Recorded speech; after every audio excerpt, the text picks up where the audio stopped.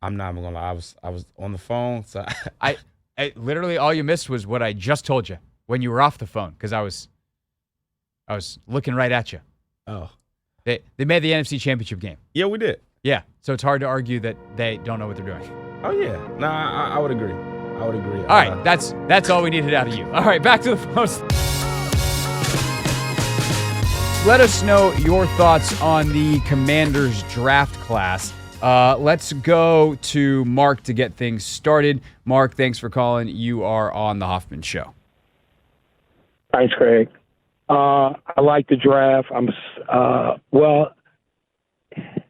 I love the draft, but I would not have complained if we would have got the edge rusher from BC, simply because in ESPN's top 100 and I think Reuters or something like that, they were ranked similarly.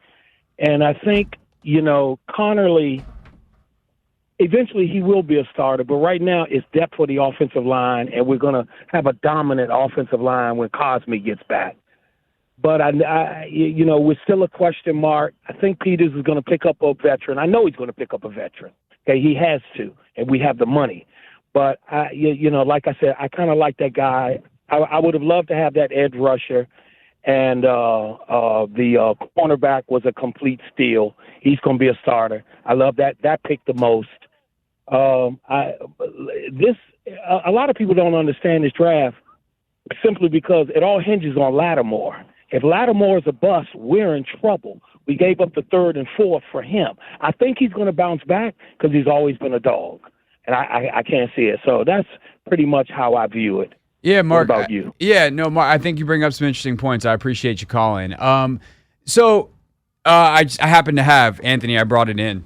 I have the hard copy of The Beast now in this studio as opposed to my home studio, just because I decided that I wanted to have it here for me and Russell.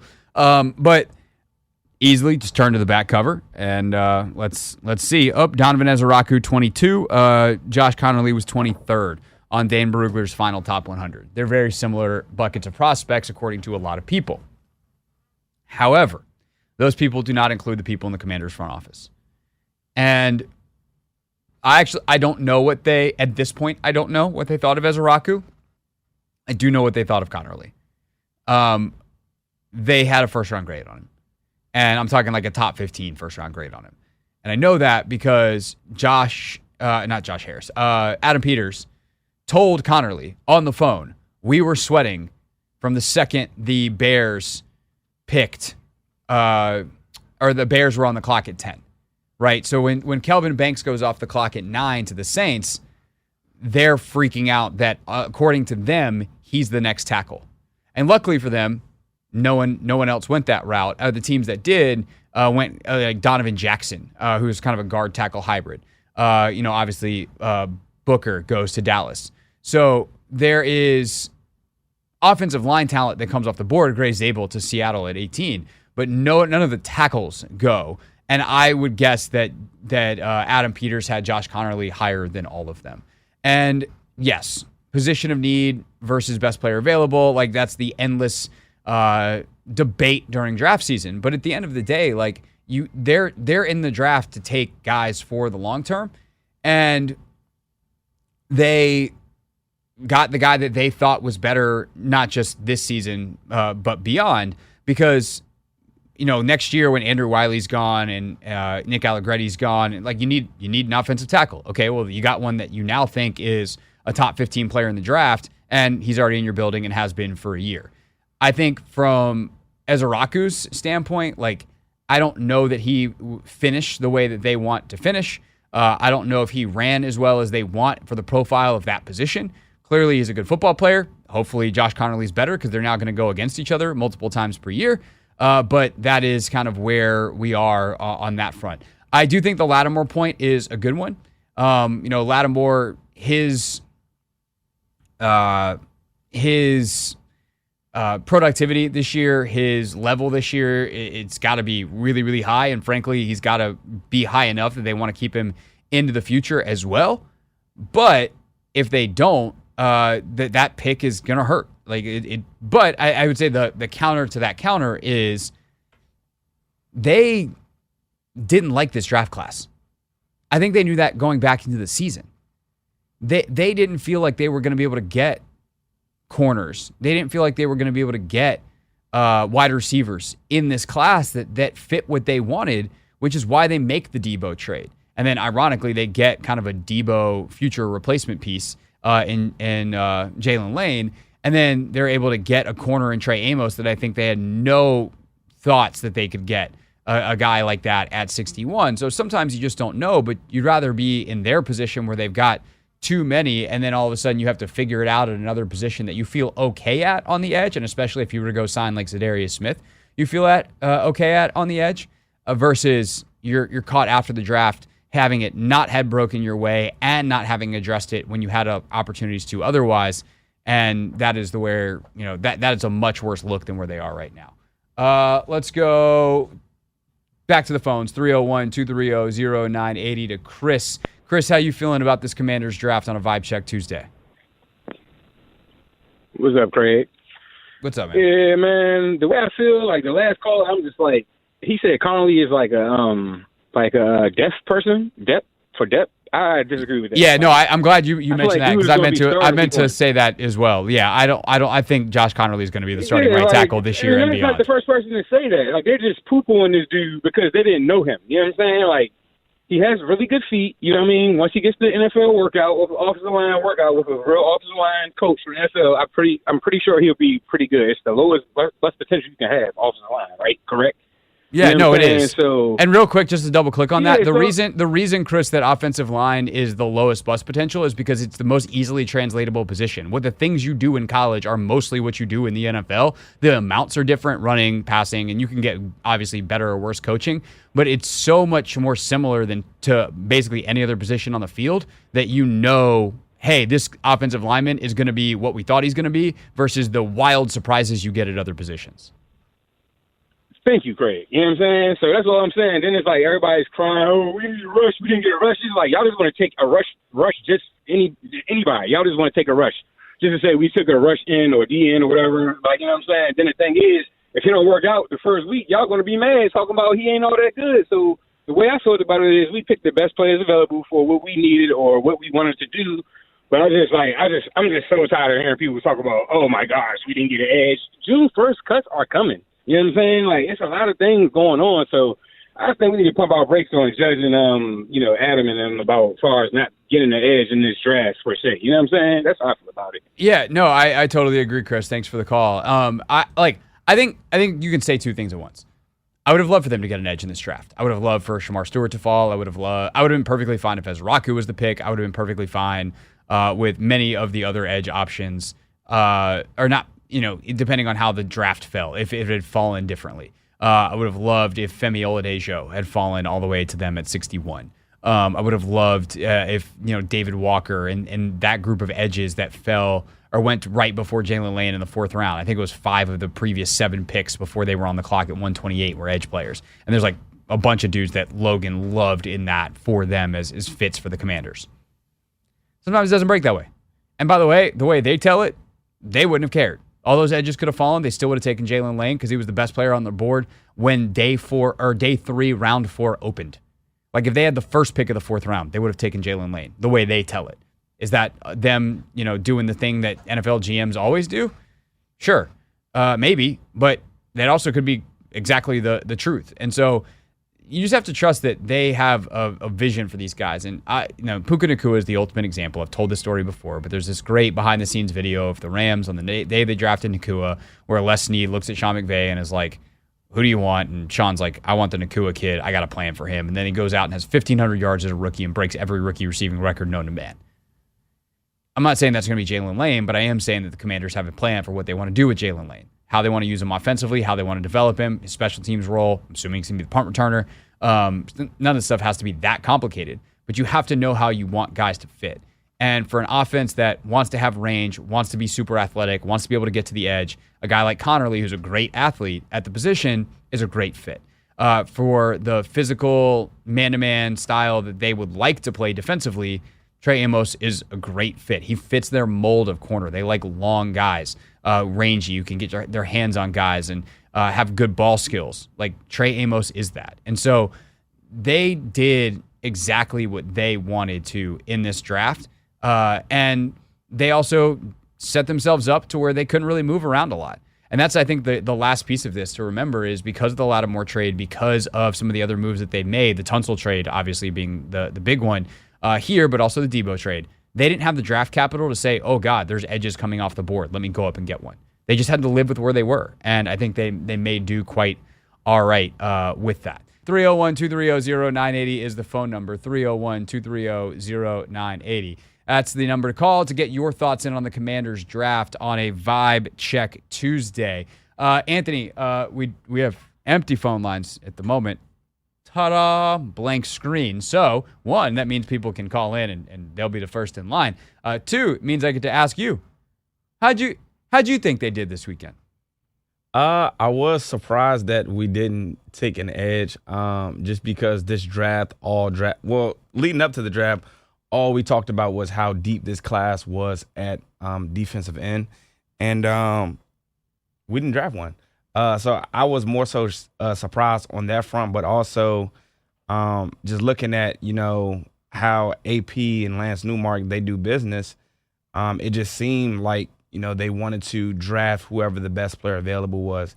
Last year, they took that route, and this year, even in their answers on Saturday and Sunday, they addressed that and said, we took the guy that was highest on our board, and, they're in a position where they don't necessarily need to draft for need. They can draft by best player available. So I'm fine with, their approach. I think, as you just said, they'll have a plan for all the guys they just took. And to be honest, it just seemed like what was consistent amongst all the guys we got, they're like really athletic, they're fast, and they're explosive.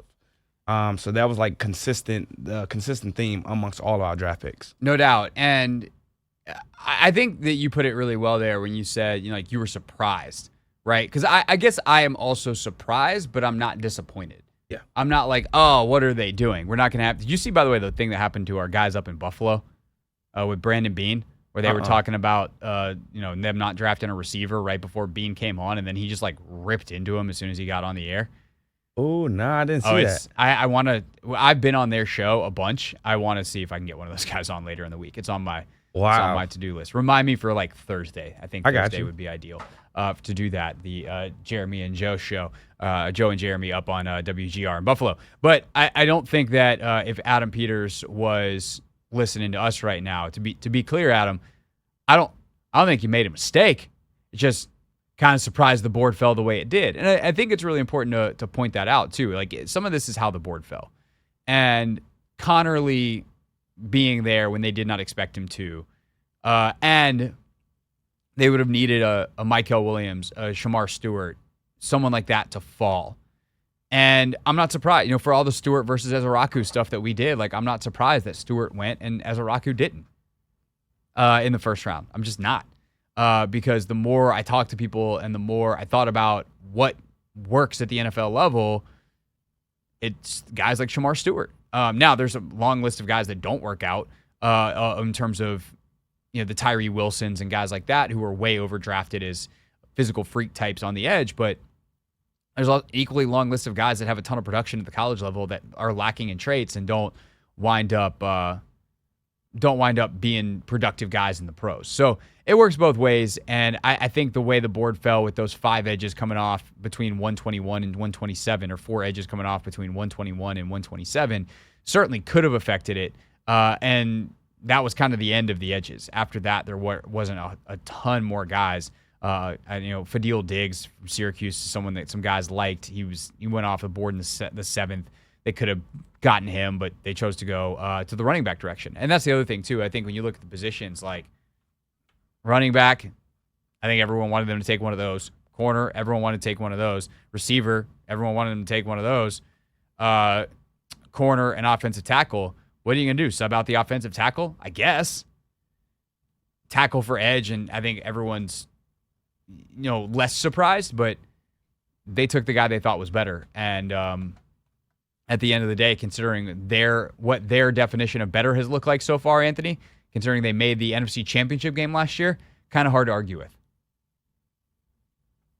I'm not even gonna lie. I was on the phone, so I literally all you missed was what I just told you when you were off the phone because I was looking right at you. oh They made the NFC Championship game. yeah, we did. Yeah, so it's hard to argue that they don't know what they're doing. Oh yeah, nah, I would agree. I would agree. All right, that's all we needed out of you. All right, back to the phones, 301-230-0980. Let's go to Daryl. Daryl, thanks for calling. You're on the Hoffman Show. Hi, I'm a first-time caller, long-time listener. Oh, thanks, Daryl. Appreciate But, that. Welcome to the show. All right, yeah. They remind me of when Bobby Bedford was there. They never picked big-time players. He always picked players that seemed like they were more hungrier from smaller schools. And as I was saying, I think like Brian Robinson, the running back we pick, he runs just as hard as Brian Robinson, but he's a little shiftier. So just in case this year he doesn't work out, we got somebody in place. And when you look at the cornerback, if one of our cornerbacks don't work out this year, that guy looks like he can play. If the linebacker retires this year, then not the linebacker, the receiver we got, if Debo acts crazy with a big contract, you need a big contract, this guy probably could step in for Debo. I mean, I just think they picked players that they were ready to. If we lose certain players, we can put these players in place. And I think every last one of them players will be able to contribute this year. I do believe that. Yeah, Daryl, I appreciate the call, man. Thanks for calling in, and thanks for listening to the show for a long time before you did. I think we get a little out over our skis sometimes by assuming that every draft pick is going to work out. But to Daryl's point, if these guys work out, Trey Amos is the long-term either replacement for Lattimore or a guy who can play outside of Mikey Sanders still, and then some other corner of the future once Lattimore retires, but with Lattimore for whatever number of years. And I'll say this, too, in response to both of those calls. The corner cliff is steep. And when guys are cooked, they sometimes are just like, it's Instapot, bro. It's microwave. Like, they go from prime to done like that. And hopefully that is not the case with Lattimore because he had good days last year, but that hamstring just never was quite right. And hopefully he can get back to what he was even 2 years ago. Nevertheless, you're never probably getting the prime Marshawn Lattimore, like 2019 Marshawn Lattimore again. But can you get 2022 Marshawn Lattimore? That seems far more on the table. But Amos, certainly a guy that they want in the long term. All their running backs are on one-year deals. And so, yeah, Krosky Merritt is a guy that is a really intriguing runner. Like, watching him run is fun. He's unorthodox in his style. And in a lot of ways, like Jalen Lane, the receiver, he runs more like a running back than Krosky Merritt does. And Krosky Merritt kind of runs like a wide receiver. Like, Anthony, if you think of how a running back runs, you think of like big, stout, wide, like wide base. They're chopping people down. They're low to the ground. They're trying to bowl people over. And you think of like some of these wide receivers that look like they're like salsa dancing while they run. Uh-huh. Krosky Merritt runs like that. It's crazy, the balance he has. It gives like Darren McFadden almost, like short, quick, choppy steps kind of thing where he's explosive, to me anyway. He's so, like, his acceleration rating on Madden is going to be very high. I don't know, his speed rating, not as high. And actually, here, hold on. 4.45, Craig? I mean, that's good for like a 92. It's not like he's a 99 speed guy. Nah, not at all. Where's his measurables? Yeah, 4.45, 2.59, 20. But he had a 1.50 10-yard split. Oh, yeah. Which means you get from nowhere to somewhere quick.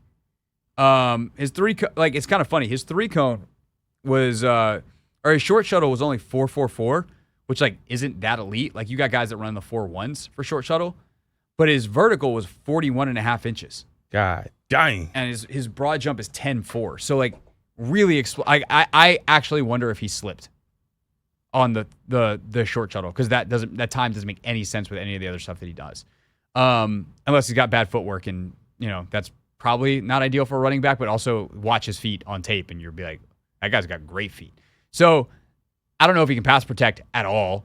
I don't know, like his vision isn't elite, but he just like squeezes holes and finds ways, and he doesn't bounce off guys. Like some dudes are just bowling balls and guys bounce off him. He absorbs contact and just kind of seems to shed it off. It's like, water off his body. Yeah, It's wild to watch him run. It is. Again, he's playing at Alabama State, and then he's playing at New Mexico, and he's got one game at Arizona. So it's not like he's playing the world's best defenses here. Going to be different when NFL dudes hit you. But he could definitely, he's a part of this team probably moving forward. And it wouldn't surprise me if he can catch a kickoff if he's their kick returner as well, with Lane being the punt returner, and then maybe he's the other guy back there if they don't want to put Austin Eckler back there again. So I'm excited to see what they can do with this group for sure. And again, I think they have a plan for him. I think that they know what they want to get out of him. And, to say like, oh, Jalen Lane will be able to replace Debo. Debo is one of the best weapon pieces that this league has ever seen. Like, he's so unique. But if you're looking at just this version of Debo, could he be something similar? Yes. If you think that like, oh, Jalen Lane will be what Debo was in San Francisco, no. But in 2 years, who's the better player, Jalen Lane or Debo Samuel? I would not be surprised at all if it's Jalen Lane. I hope for Debo's sake that it's Debo. I hope that he's got more left in the tank. But his physical style, the way that he's played, there's always a chance, and you got to prepare for those types of things. And we know that clearly, based off the Debo trade and this draft pick, Jalen Lane's and that kind of piece is one that they want in their offense. Let's go to Gary in Upper Marlboro. Gary, good to hear from you. How are you doing? Hi, Craig. How are you doing? I'm doing well. Thanks for calling, man. What you got on the draft for me? Overall, I'm pleased with the players that they drafted. I think that the two players, the top players, Amos and the left tackle, I think they're probably immediate starters, and so I think that's good. The other players down the draft, we have to wait and see.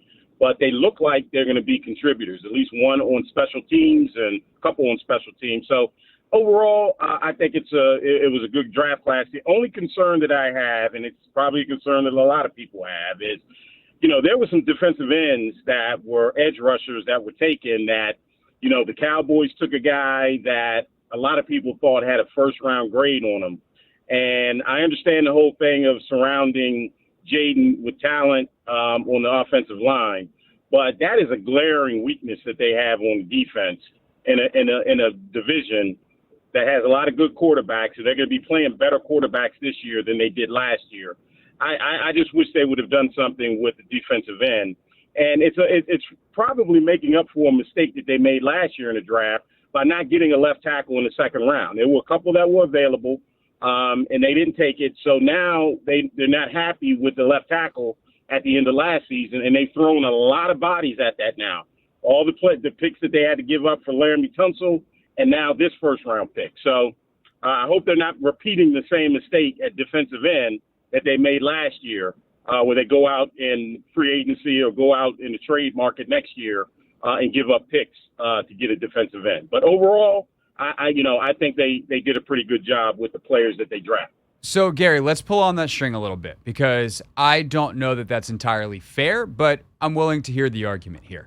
Who did they pass on last year that you would trade for Mike Sainristil still? Well, no, I'm not talking about Mike Sainristil. I'm talking about J-Ron Newton. No, didn't they have 3 second-round picks? They did. Okay, so fine that you would trade for Johnny. That's fine. Pick your player. That you would have rather them taken who than Johnny Newton last year? Or Sennett. Sennett was a second-round pick too, wasn't he? Sure, and Sennett's an easy one to pick on right now. We didn't know that at the time. Sure, but even so, who is the left tackle? There's one immediately that comes to mind that probably would have been a better use of the pick, but is there anybody that's screaming to you, there's a second-round tackle last year that you were like, oh, my God, this would have solved their problems? The kid, I don't know if he would have been an all-pro, but the kid from Baltimore, okay, he was a tackle that was available. And there was a kid from Miami that was available. Now, I don't think he had a good season last year, in all fairness. But it would have been easier for them to address the left tackle in the second round last year with 3 second-round picks than waiting, because the same argument that we're making now, you want to protect your star player, that was the same last year. I mean, you wanted to protect Jaden. So now, because they did not draft a left tackle, they now have given up draft picks for Laramie Tunsil and then used another first-round draft pick for left tackle. So all I'm saying is if they'd done that last year and were comfortable with the left tackle that they drafted, they would have 2 or 3 more players on their roster right now. So and I don't want them to repeat that for the defensive end. Of course, I don't want them to have to do anything crazy either next year for a pass rusher. But you're talking about Roger Rosengarten, who played right tackle for Baltimore last year. And then Patrick Paul's the player in Miami, and he's the one I was thinking of. The Dolphins really like Patrick Paul, but I don't know that Patrick Paul had a better season than, say, Brandon Coleman at left tackle. They did address left tackle last year, and ultimately they liked the player, I think Coleman, probably more than they liked those other guys, and they clearly liked who they took in the second round over. And that's the other thing this year is, like, you can say you want Ezeraku from Boston College instead of Connerly, and I'll hear that based off of need, but I will also tell you they had, I think, a first-round grade, like as in top 15 level grade on Connerly, and they did not have that clearly on Ezeraku. And I know at least one other team that I talked to, if not multiple teams, that agreed with that Ezeraku is just simply not as good of a player. And so you have to then play the game of, are you willing to take worse football players in a league where turn and turnover is really, really significant for a position of need in one singular season? And the other part of this, Gary, that I think is worth mentioning is we need some acknowledgement of how big the hole is here that Adam Peters dug out of. I don't want to lose track of that. The fact that this roster was arguably the worst in football, or one of the 2 worst in football with the Patriots going into last year, and then they made the NFC Championship game. Just because they made the NFC Championship game doesn't mean that the lack of star power suddenly disappeared. They just were able to figure out how to get around it schematically and with some of the interim pieces that they had. I agree. I'm not saying he's it's a terrible roster. I just think that, again, I'm pleased with the draft. For sure. But the defensive end thing though is bothering me because I'm hearing, out of Dallas and how everyone is raving about this kid, and I just thought it was a glaring weakness going into the draft that everybody was pretty much in agreement with, and then. I know Washington didn't say that. I know Peters didn't say that. So we can say whatever we want. He's the guy. But it seems like that was a glaring weakness. And, again, with the quarterbacks that we have, I don't care how many corners you have. If you can allow the quarterback 5 and 6 seconds to throw the ball, Patrick Surtain can't keep up with wide receivers under those circumstances. So that's sort of why I was hoping that they will push the envelope. Now, it all goes away if they get Fredrickson. Okay, or Hendrickson, whatever the guy is, it all goes away. But I was hoping that they would get a defensive end. But and the last thing I will say is I think with the left tackle, I'm not so sure how long Laramie Tunsil has with Washington. Okay, so this kid can probably come in and step in and take his place. That's a good thing with this because when I'm hearing out of Houston, I got a couple of buddies. They were not at all upset with Laramie Tunsil being traded. Because they think he's slipping. And, so I don't know if that's the case. Hopefully it's not. But at least they have someone that they can slide in there that has first round chops to slide in and take his place if 2 years they want to move on from Laramie Tunsil. There's definitely a chance. I think the slippage in Tunsil's game is way, way overrated and had to do a lot with the schematic failings of the Houston Texans offensive staff last year, which is why they all got fired. But I do think in the long term, you could be looking at a Tristan Wirfs situation where Connerly eventually, after playing a couple of years at right tackle, flips over to left once someone else leaves. And obviously that someone else would be Tunsil. Because while Tunsil could play for 5 more years, he also could play for 2 more years because that is the nature of being above 30 in the NFL. Gary, appreciate the call as always. Always thoughtful. Really appreciate it. It's Vibe Check Tuesday here on the Hoffman Show. The other thing I'll say quickly about the edge before we get to Tom Sherwood and talk not football, but where they're going to play football starting in 2030, is the hope is that the pass rush gets better in part because the coverage is better. You can do more stuff on the back end. You can confuse the quarterback with better back end play, and that could take a little extra time to let these guys finish. I also think that the the freedom of a guy like Kane Medrano potentially to play in some third down packages, maybe frees Frankie Louvu up to be a rusher more. Their blitz packages are really good. You'd hope that Javonte Jean-Baptiste takes a jump in year 2. So there are things that they've done. Dietrich Wise is a good football player. Like, they have addressed the edge. They just don't have like a premier edge rusher. You weren't getting one at 29. You weren't getting one at 61. You weren't getting one anywhere outside of probably the top 5 of most drafts. Maybe the top 15, maybe somewhere in the 20s in a very weird draft. And maybe the Commanders will get lucky like that next year with a pretty quarterback-heavy top of the 2026 draft. But it's just worth mentioning that you are ultimately, like we talked about in free agency, you're at the mercy of the market. And the market did not afford them an opportunity to take an edge, and I'm not going to hold that against them. I'm going to look at what they did as opposed to what they didn't, because there was no obvious point, unless you just are gung-ho on Ezaraku over Connerly, that was the obvious move. Hey, this is DA, and you're listening to The Hoffman Show on the Team 980 and the Odyssey app.